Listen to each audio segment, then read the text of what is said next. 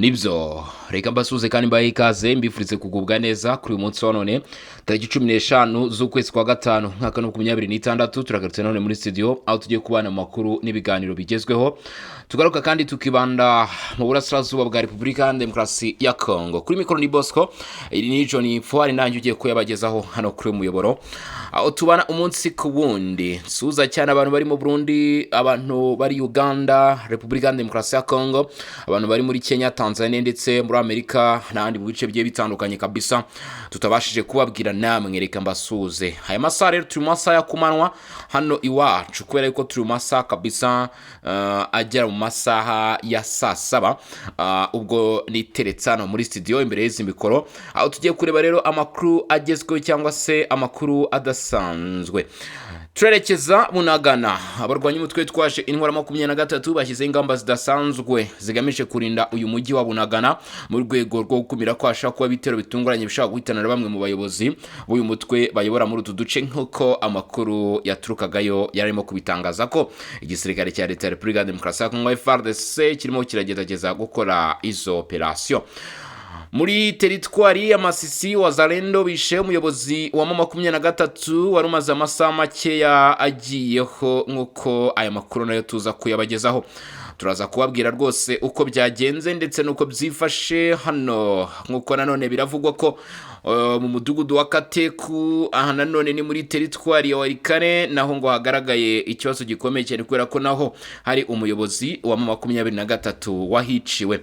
Turaza nabyo kuba tubigarukaho sibyo gusa bafitiye kubera ko turagaruka ku bitero bikomeye cyane bikomeje kumvikana mu duce tugiye dutandukanye muri Kivu y'Amajyepfo, muri Minembwe ndetse n'ibitero rero bivugwa ko mu by'ukuri biri kugabwa na Sukhoi 25 fighter jets ndetse n'izindi ntwaro zidasanzwe ziri gukoreshwa n'uruhande rw'igisirikare cya leta ya Repubulika Demokarasi ya Kongo.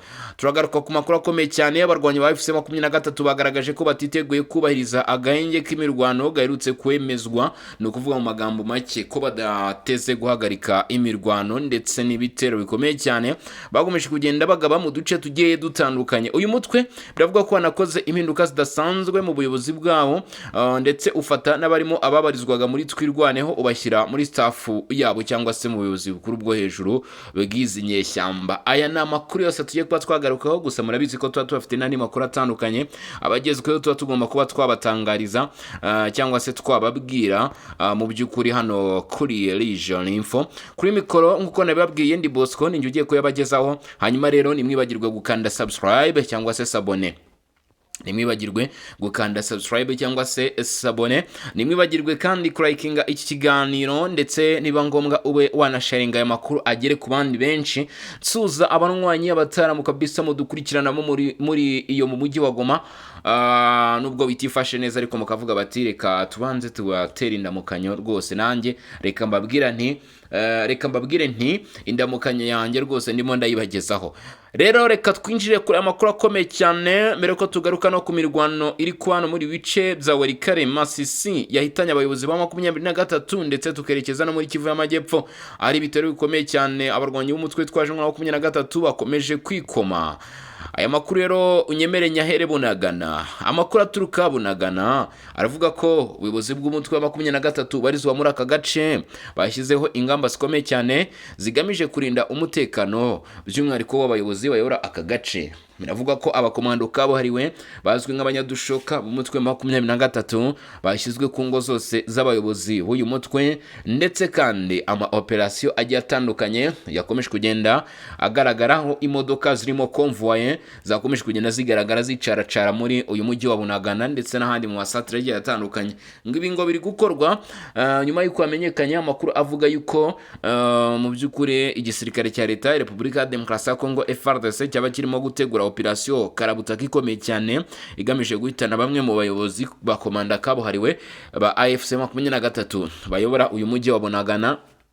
Ariko mu 23 rero ikaza kubimenya ngo iki gitero cyateguwe hano mu mujyi wa Bunagana nkuko amakuru akomeje kurushaho kugenda bitangaza ni igitero ngo mu by'ukuri ikiterwa inkunga na wazalendo kubera yuko nibo bafashije izi ntasi ndetse n'abasirikare kabuhariwe ba FARDC berekeje i Bunagana, nubwo bitaratangazwa ko nta mpinduka barakora kuko abangaba ngo hanini baje mu bikorwa by'ubutasi. Ariko kandi nanone amakuru atugeraho akavuga yuko kuri ubu ngubu mu by'ukuri ishyirahamwe ry'abarwana ku ruhande rwa 23 nabo biyemeje gukora ibishoboka byose kugira ngo mu by'ukuri izi nyeshyamba ndetse na FARDC batabaca muri humye, bakaba bakora akantu gakomeye cyane. Ni kubw'izo mpamvu AFC 23 yashyizeho mu by'ukuri za barriere zigiye zitandukanye ndetse ikaza ingamba aho zari zisanzwe. Ni mu gihe kandi bivuga ko ngo banohereje abarwanyi babo bambaye igisivile mu by'ukuri bajya gutata mu biturage ndetse no kwegereza abaturage kugira ngo nihagira umwanzi winjiramo bahite bamumenya cyangwa se babashe kuba bamutahura. Ubu ngo intasi za M23 zambaye igisivile zakomeje kugenda mu by'ukuri zinjira mu baturage i Bunagana mu rwego rwo gukurikirana akantu kandi ko nta mpinduka zishobora gukorwa hagati ya FARDC ku bufatanye na Uganda.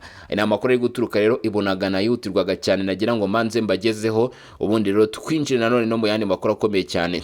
Ni AFC 23 bakomeje gukorana n'imitwe rwose igiye itandukanye ndetse no kugaragaza ko mu by'ukuri batazigera plutôt baheza izindi nyeshyamba bitunguranye. Muri AFC M23 Colonel Watwirwaneho yahawe kuyobora urwego rukomeye cyane. Reka tubirebe kabisa.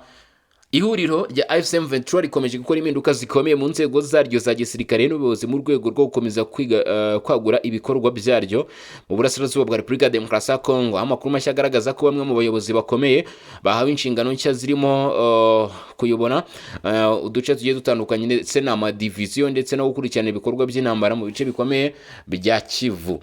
Amakuru yize waturuka imbere muri AFC M23 aravuga ko Colonel Kamasa Ndakize Welcome waruzwi cyangwa se warusanzwe azwi nk'umuvugizi wa Twirwaneho uyahawe inshingano zikomeye cyane agomba kuyobora cyangwa se kwitaho gukurikirana muri abarwanyi ba AFC M23. Yagizwe umuyobozi mukuru urwego rushinzwe ubutasi muri AFC M23 asimbuye Colonel John Imani Nzenze warusanzwe kuri uru rwego rw'igenzi mu bikorwa bya gisirikare by'iri huriro. Abenshi bakunze kuvuga ko uyu mugabo yaba yaranishwe. Colonel John Imani Nzenze yasimbuye rero na Kamasa Ndakiza Welcome, nawe ufite ipeti ryo ku rwego rwa Colonel, ariko we akaba yarasanzwe ari muri Twirwaneho. Izi mpinduka zashyizweho muri uko kwezi kwa gatanu n'ubuyobozi bukuru bwa AFC M23 mu rwego rwo kuvugura imikorere y'inzego za gisirikare no guhuza ibikorwa by'imitwe ihuriye muri iri huriro. Nyuma yo gukurwa ku mwanya w'ubutasi, Colonel John Imani Nzenze yoherejwe muri teritwari ya Warikare, agace gafatwa nk'ingenzi cyane haba mu rwego rw'ubukungu ndetse no mu mayeri y'urugamba kubera amabuye y'agaciro ahabarizwa ndetse n'imihanda ihuza ibice byinshi by'ingenzi muri Kivu. Impinduka zakozwe no mu buyobozi bwa diviziyo za AFC M23, aho diviziyo ya mbere ikora mu bice bya Rubero, Rucuru na Nyiragongo yashyizweho mu maboko ya General de Brigadier Buduwingaruye. Diviziyo ya kabiri ikora muri Masisi, amakuru avuga ko yawe General de Brigadier Justin Gaceri Musanga, mu gihe diviziyo ya gatatu iyobowe na General de Brigadier Bizamungu. Mu rwego rwo gukomeza guha imbaraga ubufatanye bwa AFC M23 na Twirwaneho, ubuyobozi bwa Kivu y'Amajyepfo na Minembwe bwashyizwe mu maboko ya General de Brigadier Charles Matama wa Twirwaneho, ibintu benshi mu basesenguzi bafata nk'intambwe ikomeye mu gushimangira uruhare rwa Twirwaneho mu miyoborere ya gisirikare y'iri huriro. Abasesenguzi mu bya gisirikare n'umutekano bavuga ko izo mpinduka zitagamije gusa gusimbuza abayobozi, ahubwo zifite intego ndende y'amayeri n'imiyoborere y'urugamba. Kimwe mu byitezwe cyane muri izi mpinduka no gushimangira ihuriro rishya hagati ya AFC M23 na Twirwaneho, umutwe umaze igihe ukora mu misozi ya Minembwe muri Kivu y'Amajyepfo. Guha Colonel Kamasa inshingano zo kuyobora ubutasi bwose bwa AFC M23 ngo bifatwa nk'uburyo bwo kubaka ubutasi bumwe buhuriweho kuva muri Kivu y'Amajyaruguru kugera muri Kivu y'Amajyepfo. Hari kandi ababona ko izi mpinduka ngo zaba zigamije guha icyizere abarwanyi n'abayobozi batwirwaneho ko bafite ijambo rikomeye mu byemezo bya gisirikare n'imiyoborere ry'iri huriro AFC M23 ndetse no kugaragaza rwose ko batabaheza. koherezwa kwa Colonel Nzenze muri Warikare ngo nabyo bifatwa nk'igice cy'amayeri mashya ya AFC M23 yo kwagura ibikorwa byayo muri ako gace gafite akamaro kanini mu bukungu n'umutekano.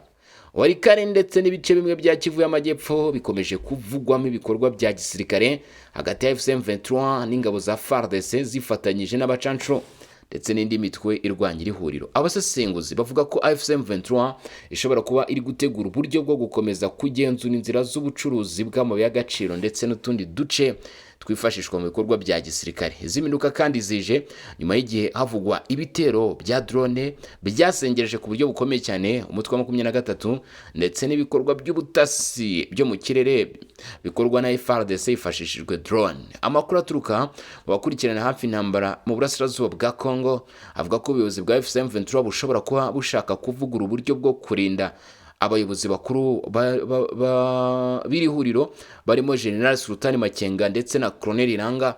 Igisirikare cya leta ya Repubulika ya Demokarasi ya Kongo gishaka kwica gushyira Colonel Kamasa nk'umuyobozi mushya w'ubutasi bifatwa nk'intambwe yo gushyiraho amaraso mashya mu rwego rwo gukaza mu by'ukuri urwego rw'ubutasi no guhangana n'uburyo bwo gutahura amakuru bukomeje gukoreshwa n'uruhande rwa leta ya Kinshasa nk'uko bino kuvugwa aho biti Bunagana.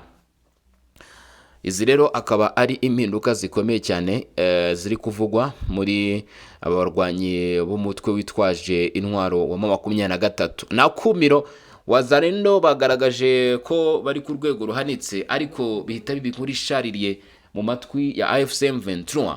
Ibi rero biri kuvugwa biri kuvugwa aho bita muri Warikare. Umuyobozi mushya waho bita Kateku ni village ya Kateku ni muri groupement ya Ikobo mu gace ka Iremya. Biravuga ko yakozwemo ku buryo budasanzwe n'abarwanyi ba Wazalendo muri teritwari ya Warikare. Ibi rero ngo bikaba byabaye mu masaha make yatambutse aho yishwe na Wazalendo mu by'ukuri nyuma yo gushyirwaho n'inyeshyamba za AFC M23. Ibi rero ngo bikaba byaciye igikuba muri aka gace ndetse ngo biba n'ubwoba bukomeye cyane mu by'ukuri.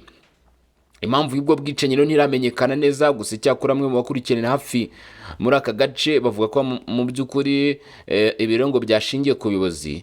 Uyu wishwe kandi ngo akaba mu by'ukuri yaramaze kuba yahabwa kuyobora aka gace. N'ubwa mbere hari habaye ibintu nk'ibi muri groupe Bayikobo kuva yakwigarurwa n'inyeshyamba za AFC M23 zishyiraho abayobozi bagiye batandukanye.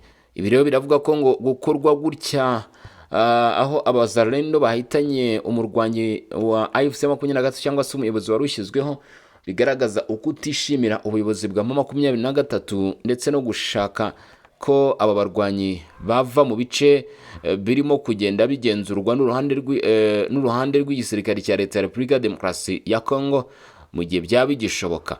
Mu mirwano yindi ikomeje kuvugwa muri Kivu y'Amajyepfo ndetse na Kivu y'Amajyaruguru. Muri Kivu y'Amajyaruguru avuga ko imirwano ikomeye cyane yongeye kumvikana kuva kuri wa gatanu tariki 15 Gicurasi. Inyeshyamba z'umutwe wa 23 zishyikiye n'ingabo z'u Rwanda ngo zarwanye ku buryo bukomeye cyane na Wazalendo, aho amasasu yavuze ku buryo budasanzwe, abaturage benshi barahunga. Ibi rero ngo byumvikanyeho bita Burubi hafi cyane na Kashebere muri teritwari ya Warikare, n'ubundi ariwe tukireba ngo ibikorwa by'imirwano yabereye aho bita Burubi igahuza Wazalendo na 23 bizatumye abaturage benshi muri utu duce bava mu byabo barahunga. Ngo bahunze mu rwego rwo gutinya ko bashobora kugirwa ingaruka zikomeye cyane mo n'ibishobora kubaviramo urupfu biturutse kuri imirwano. Uzi icyakoza nubwo bakomeje guhunga baragaragaza ukutishimira ibikorwa nk'ibi ngibi bikomeje gukorwa by'imirwano, aho bavuga ko neza rwose hatagize igihindutse mu minsi iri imbere utu duce twatangiyemo imirwano dushobora kuba mu by'ukuri turi kugaragaramo mu by'ukuri abaturage babarirwa ku ntoki. Ni mu gihe n'andi makuru akomeye cyane avuga ko kuri ubu ngubu hari ibitero bikomeye cyane byakomeje kugenda bigabwa mu duce tugiye dutandukanye muri Kivu y'Amajyepfo. Abarwanyi ba AFC 23 bakomeje kuvuga ko bari kugabwaho ibitero karundura karabutaka. Noneho Lawrence Kanyuka uvugira AFC 23 ashyize hanze amakuru akomeye cyane, atangaje yuko bamerewe nabi n'ibitero bikomeye cyane by'igisirikare cya leta ya Repubulika ya Demokarasi ya Kongo. Ati kuri uyu wa gatanu tariki 15 z'ukwezi kwa gatanu guhera ku isaha y'isa 2 za mu gitondo Amasasa akomeye cyane aturutse ku ruhande rw'igisirikare cya leta ya Repubulika ya Demokarasi ya Congo yageze ku barwanyi umutwe twaje 23, ariko kandi biravugwa yuko igisirikare cya leta ya Repubulika ya Demokarasi ya Congo kimaze gukora akantu gakomeye cyane aho bita crime, aho bafashe intwaro zikomeye cyane bapakira kajugujugu maze buriri y'ikirere berekeza Minembwe. Ibi rero ngo bimaze gutera ubwoba ku buryo budasanzwe abarwanyi ba 23 dukwirwaneho ndetse na Gumino na Red Tabara muri utu duce n'uduce tuhakikije, nyuma yo kubona ibikoresho bihagije igisirikare cya leta ya Repubulika ya Demokarasi ya Kongo cyurukije muri ibi bice, nyuma yo kubona drone yitaruye ikirere ituruka Crimea. Biravuga ko ibikoresho bikomeye cyane byavanwe Crimea bizanwa muri aka gace. Byongeye kandi ngo ibikoresho byakoreshejwe kuri ubu ngubu muri utu duce twa Minembwe harimo indege zitagira abapilote zazanwe, imbunda nini, indege z'intambara za Sukhoi nazo ngo zaba ziteguye tayari guhaguruka zerekeza hano mu Minembwe kuza kurasa ibitero bikomeye cyane kuri 23, ariko ngo iyi ndege yo mu bwoko bwa kajugujugu ikaba yazanye imbunda nini, indege za drone ndetse n'ibisasu bikomeye cyane. Ibi rero ngo bikaba bikomeje kugaragaza ko igisirikare cya leta ya Kongo kiri kwibaka ku buryo budasanzwe, ariko mu rugendo rwo gutegura ibitero bikomeye cyane. Inyeshyamba z'umutwe wa 23 zirashinja uruhande rw'igisirikare cya leta ya Repubulika ya Demokarasi ya Kongo gutegura ibitero bikomeye cyane ngo bigamije kurimbura barimo abanyamurenge no kubimura mu bice byabo cyangwa se kubirukana. Ngibi kandi bya biteye isoni kubona Kinshasa ikomeje gushyira imbaraga zingana gutya mu bikorwa by'ubwicanyi bwibasira abaturage b'inzira kaningane. AFC M23 kubivuzwe na Lawrence Kanyuka barashimangira bati nta gutezuka guhari, turakomeza gukoresha uburyo bushoboka ubwo ari bwo bwose kugira ngo twinjire mu mirwano tubashe guhagarika ibi bitero.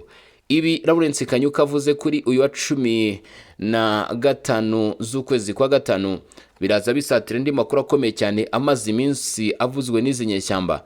AFC M23 yateguje cyangwa se iherutse kuvuga ko idateze guhagarika ibirwano mu gihe igisirikare cya leta ya Repubulika Iharanira Demokarasi ya Kongo nabo bazaba bakomeje kubagabaho ibitero bikomeye cyane.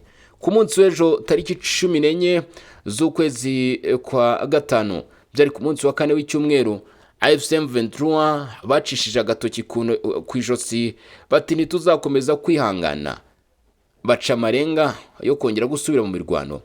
Ihuriro AFC M23 rirwanya ubutegetsi bwa Repubulika ya Demokarasi ya Kongo nibwo ryatangaje ko byanze bikunze vuba bidatinze rishobora guhagarika ibikorwa mu by'ukuri byo kuva mu mirwano, rigatangiza ibitero byafashwe n'abasesenguzi nk'ibitero byabigamije kwihorera kuri leta ya Repubulika ya Demokarasi ya Kongo.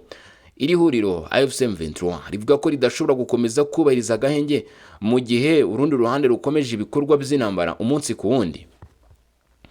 Ubutumwa bwatangajwe n'umuyobozi wungirije wa AFC M23 ushinzwe ibijyanye na politike, diplomasi n'imiyoborere, Bwana Bertrand Bizimwa, mu gihe imirwano n'ibitero bikomeje kuvugwa mu bice bitandukanye bya komine ya Minembwe. Nk'uko AFC M23 bivuga, ingabo za leta ya Repubulika ya Demokarasi ya Kongo zagabye ibitero hifashishijwe drone ngo zirimo Ket-6, indege z'intambara za Sukhoi 25 fighter jets ndetse n'ingabo zirwanira ku butaka, ngo bibasi ibice bitoye cyane birimo utu duce dukurikira: hari Bidegu, hari Rugezi, hari Karingi n'utundi duce tugiye dutandukanye turimo Kabunambo, Sange. Nyamara ngo utu duce bari bamaze kutuvamo kuva mu gitondo cyo ku munsi w'ejo, ngo ibitero bikomeye cyane byagabwe byari byifashishijwemo drone.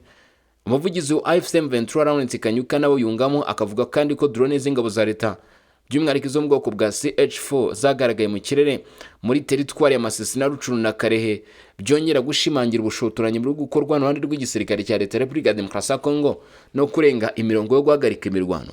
Ibi rero AFC M23 ivuga ko ari nko kuyishimashima cyangwa se kuyihatira kurya ubwatsi. Nyamara ngo ibi nihatagira igihinduka, AFC M23 atangaza ko ikoresheje imbaraga zose ifite iratangira kwinjira mu mirwano n'igisirikare cya leta ya Kongo byeruye kandi nawe uteze kuzayihagarika. Bertrand Bizimwa yavuze ko ibikorwa bya gisirikare biri kubera mu Minembwe ngo byabigamije kurimbura ikinyabuzima cyose gihari bakurikije ubukana bifite, ngo yewe igihumeka cyose FARDC ntakishaka gusiga. Oyashimangira ko abaturage benshi bamaze iminsi mu bwoba bukomeye cyane ndetse ngo hari n'abagiye bahunga. Yongeye ko ibi bitero bikomeje gutesha agaciro ibyemezo M23 imaze iminsi ifata mu rwego rwo gushyigikira ibiganiro by'amahoro, ngo ariko ko abahuza n'abafatanyabikorwa mpuzamahanga bakomeje kubireberera. Ibyo ngo nibakomeza kubireberera M23 bati tuzatora intwaro zose dufite, RPG ndetse AK47 PKM yewe n'utudurone ducya dufite twerekeza ku rugamba. Aragira ati ntibyumvikana ukuntu abahuza n'abatanga ubufasha mu biganiro bakomeje guceceka mu gihe Kinshasa ikomeje ubushotoranyi. M23 nishobora kubahiriza amasezerano yonyine mu gihe urundi ruhande rutayubahiriza. Bertrand Bizimwa avuga ko kuba leta ya Repubulika ya Demokarasi ya Kongo ikomeje ibikorwa bya gisirikare ngo byaba bifitanye isano n'uko hari bamwe mu bahuza bafashe umurongo wo kubogama, ibintu avuga ko bishobora gutuma M23 ifata indi myanzuro niba ubushotoranyi bukomeje. Mu rwego rwo kugaragaza kutishimiye imitware y'ibihugu bimwe bikomeje tariki 7 Gicurasi 2026, umuyobozi mukuru wa M23 Nanga yandikiye Minisitiri w'Ububanyi n'Amahanga wa Amerika Marco Rubio agaragaza ko iri huriro ngo ribona Amerika nk'iri kubogama ku ruhande rwa leta ya Repubulika ya Demokarasi ya Kongo kandi ivuga ko ishaka amahoro mu karere. Nanga yavuze kandi ko amasezerano y'ubucukuzi bw'amabuye y'agaciro Amerika yagiranye na Repubulika ya Demokarasi ya Kongo mu Kuboza 2025 ari kimwe mu byo ubutegetsi bwa Kinshasa bwifashisha kugira ngo bukomeze kubona ubufasha n'ubwirinzi mpuzamahanga mu gihe bikomeje ibikorwa bya gisirikare byo kugaba ibitero mu bice bituwe cyane n'abaturage. Ibi rero M23 baravuga ko badateze kubyihanganira na busa, ndetse bagatangaza ko igisirikare cya leta ya Repubulika ya Demokarasi ya Kongo n'ikitigira inama ngo gihagarika ibyo bitero. Baratangiza ibitero bikomeye cyane kandi by'ubukana bizagira ingaruka zikomeye cyane kuri uru ry'igisirikare cya leta ya Repubulika ya Demokarasi ya Kongo. Ibi ngo birashimangirwa ko mu bice birimo teritwari ya Masisi, mu bice birimo teritwari ya Rucuru ndetse na Karehe, igisirikare cya leta ya Repubulika ya Demokarasi ya Kongo cyakomeje gukoresha ibitero bya drone. Ibitero ngo byarimbuye abaturage benshi cyane, aho ngo muri teritwari ya Masisi bivuga ko ibitero biherutse kugabwa ku Mushaki byahitanye abagera kuri 54, bigakomeretsa abagera kuri 20, ariko kandi bikavuga ko atari 54 gusa ahubwo arabagera muri 67, 54 ari abagabo baguye muri icyo gitero cyagabwe ku Mushaki.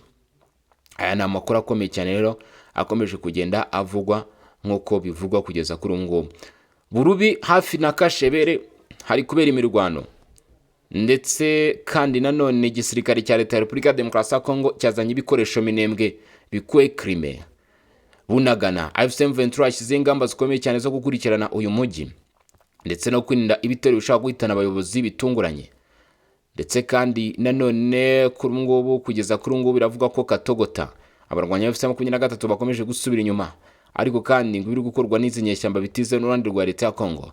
Umutwe wa 23 bateguje kongera gusubira mu mirwano. Ibyo byose akaba ari bimwe mu byo twari turimo tugarukaho rero cyangwa se turimo kubagezaho. Rero reka mbashimire, nongere mbashimire cyane bikuye ku mutima, babwire ni mwakoze cyane kudukurikirana, mwakoze cyane kubana natwe muri biganiro n'amakuru. Kuri mikoro ngiye warimo kubageza amakuru, nkaba ndi Bosco ni Lijo Nimfo, aho tubana umunsi kundi, ndetse ndakwibutsa kuza kuzirikana kujyanukira kuri iki kumva nawe ugakanda subscribe, kuko mu by'ukuri vuba bidatinze turaba turi kubagezaho amakuru akomeye cyane. Mugire ibihe byiza, turasura amasaha ari imbere, ubwo abakuru turimo twabo tw'amaboko mukomeze mudukore, abari mu kiruko namwe turahura amasaha ari imbere, ntabwo bikwiye ko turahura amasaha ari imbere. Ubundi rero Imana imigisha bikomeze kubana namwe, mugire ibihe byiza.